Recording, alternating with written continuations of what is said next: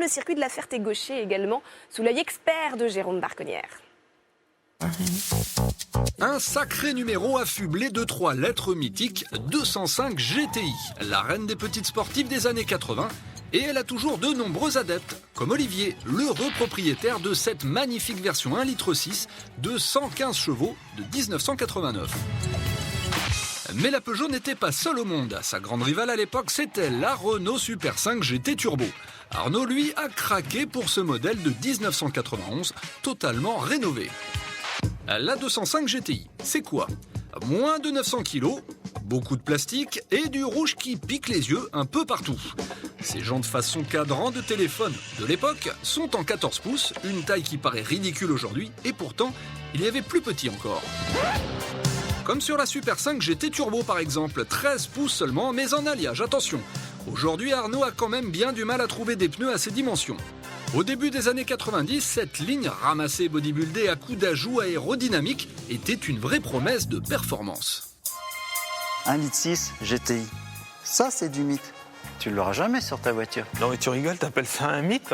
Alors, elle est tellement haute, on dirait un 4x4. Attends, regarde la mienne, regarde la garde au sol quand même. Ouais, c'est une vrai. voiture qui a gagné quand même tous les rallyes, ça te dit rien, Jean Ragnotti? Ragnotti, et Vatanen, ça te dit quelque chose? Oui. Regarde les jantes. Vatanen avec sa Turbo 16, il a gagné le Dakar. Il avait quasiment les mêmes jantes que sur la GTI. On y revient au mythe là quand même. Attention, on se calme messieurs, restez gentlemen. Sinon, l'intérieur de vos bolides, c'est comme qui dirait un peu... Rouge et noir. Bon d'accord, elle est facile, mais là encore, ça éblouit. Le rouge couleur fétiche des petites sportives des années 80. Mais l'essentiel est là. Du plastique toujours, plein de compteurs spécifiques à ces versions, température d'huile, température d'eau et un vrai volant sport. Le détail qui tue sur la Renault, l'aiguille de pression du turbo. Ça, on n'en fait plus et c'est bien dommage. Je voudrais tellement qu'elle s'arrête en rouge et noir. Pour mes couleurs, je réclame. Et si vous passiez aux choses sérieuses maintenant ?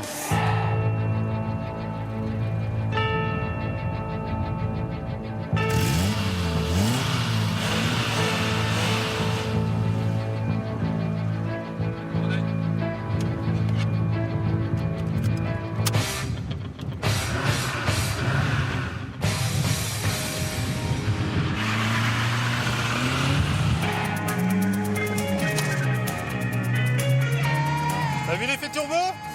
Ouais, bah de 2 secondes ça chauffe.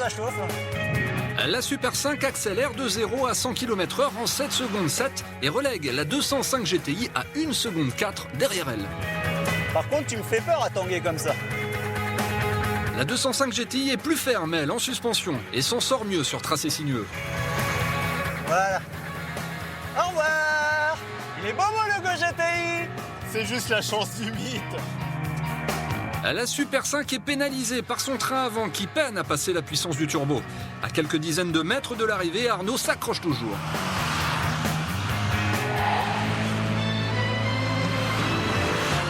Et c'est la 205 qui passe en tête dans la ligne droite. Je te l'avais dit que la GTI c'était la meilleure.